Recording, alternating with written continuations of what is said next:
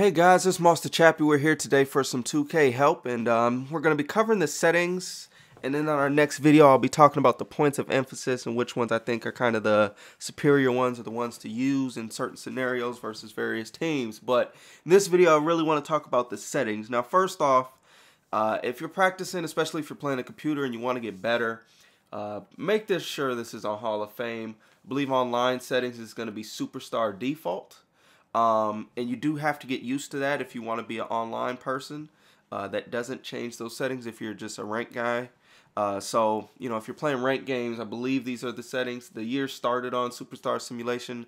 People complained they weren't hitting enough threes. I don't know why, but they decided to change it back to default. At least to my knowledge, this is the settings for online rank. So if you want to know what that's like, Superstar default is what it is.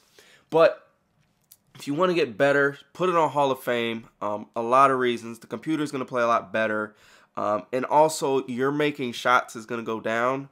And more so in a good way. It's like if you don't get a perfect release or if you don't get something close to it, your shot has much less likelihood of going in. And that's going to improve your shot timing. And it's going to force you to have good shot timing. Because if you don't, you're going to often miss. Whereas on Superstar, you could get a pretty late release or a pretty early release and it'll still go in. So Hall of Fame definitely is going to be one that's going to help you out.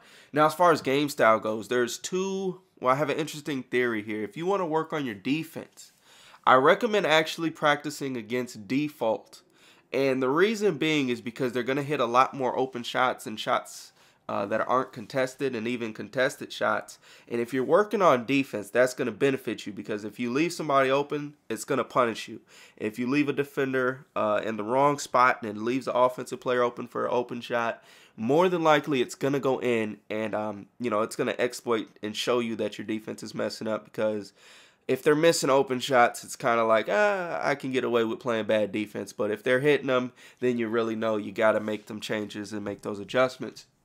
Now, for practicing your offense, I recommend putting it on simulation because you're going to miss more open shots. You're going to miss all the super tough shots that you take. So it's going to force you to get open shots, going to force you to get good shots and not have those contested shots on a regular basis that may still go in because you're playing on default.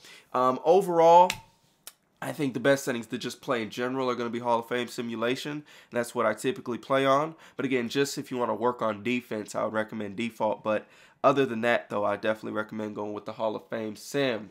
Now, fatigue and injuries is something that is a practice mode type thing.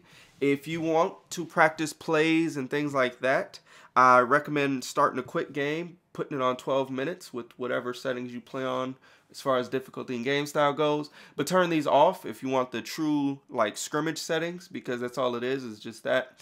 And that'll give you files and those things too that'll be in effect so you'll get a real game feel. And it's a really good way to lab. That's why you see so many games on my record are just losses because I'll just quit out of those. But I'll just start a 12-minute game, work on what I'm working on, and then move on to the next thing with basically anybody in the lineup because they're not going to get tired. So you can go with whatever lineups you want for however long you want by having the fatigue and injuries off. Otherwise, if you're playing a regular game, obviously leave those on. Now, shot feedback, something I would recommend on while you're practicing. I mean, when you're playing someone head-to-head, something you're going to have to turn off. But when you're practicing, definitely you want that. You want to see how your releases are. Are you perfect? Are you late? Are you early? And kind of make your adjustments according to it. As far as the rest of the things go, the offensive sliders and defensive are going to be basically dependent upon your default or sim settings, so don't mess with those. Timeouts and substitutions. Timeouts I always do manual. I like to call my own timeouts. I don't like to call timeouts often because what you'll see is a lot of people don't use their bench effectively.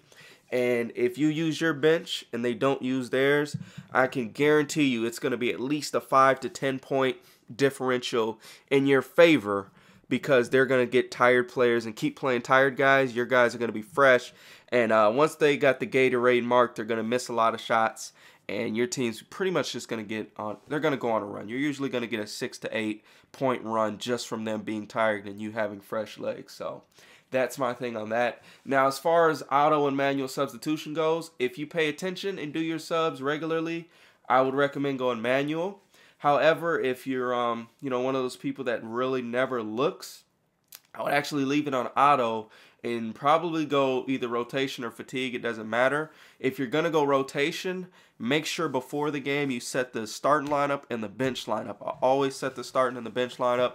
And I even do that when I do manual subs, because that way I can just click the, when I do my substitutions, I can just do a mass substitution from starter to bench and not have to worry about doing each individual player. Saves a lot of time, makes things a lot easier. Points of emphasis. This must be on manual. I cannot stress to you this enough. Points of emphasis are going to be something that's huge in how your team plays, affecting both offense and defense, but specifically on defense. And you want this to be manual because you don't want to not know what you're doing, and also you want your players to play a certain way and be in control of that. So that for sure, have that on manual. As far as the late game fouling goes, this is an interesting one. It's one, if you leave it on and you're down late in the game, they're going to foul. And sometimes it's at a stupid point. I would rather leave it on manual, and then if you do want to foul, just turn it on to auto. But for the most part, I leave it on manual because there is some instances where they will foul where you're like, well, there's 30 seconds left and we're only down 1. Why would they foul? You know, we could have got a stop, got the score, and won the game. They may have fouled anyway. So those are the types of things that'll happen when that's on auto. If you got it on manual, you're good to go. You can always foul yourself. But, you know, those are just the settings there. As far as coach profiles, I don't really mess with nothing. The last thing I would say is these here, the controller settings. A lot of people change these things up. I don't, but, you know, it's definitely personal preference. I've seen, you know, if you're struggling with user D, I've seen people turn this up to 100. I've seen some guys go to 0 because they don't want any assistance. I just have mine on the default. As far as the shot contest goes, the default is Intense D. I've seen some people say they have more success on Always. Again, I haven't messed with it. I probably will do more in that in the future. And I probably will mess with more of these settings in the future and give you guys just a video on this as far as the Pro Stick and all that stuff goes. I know a lot of people like Absolute for the Pro Stick orientation. That way it's the same way whenever you're going up for a shot. So if you want to do a Euro, it's always to the, you know, whatever direction it is. I think it's left. And it doesn't matter what angle you're taking and things like that. But as far as that goes, who to guard, defensive icons, that's all really personal preference.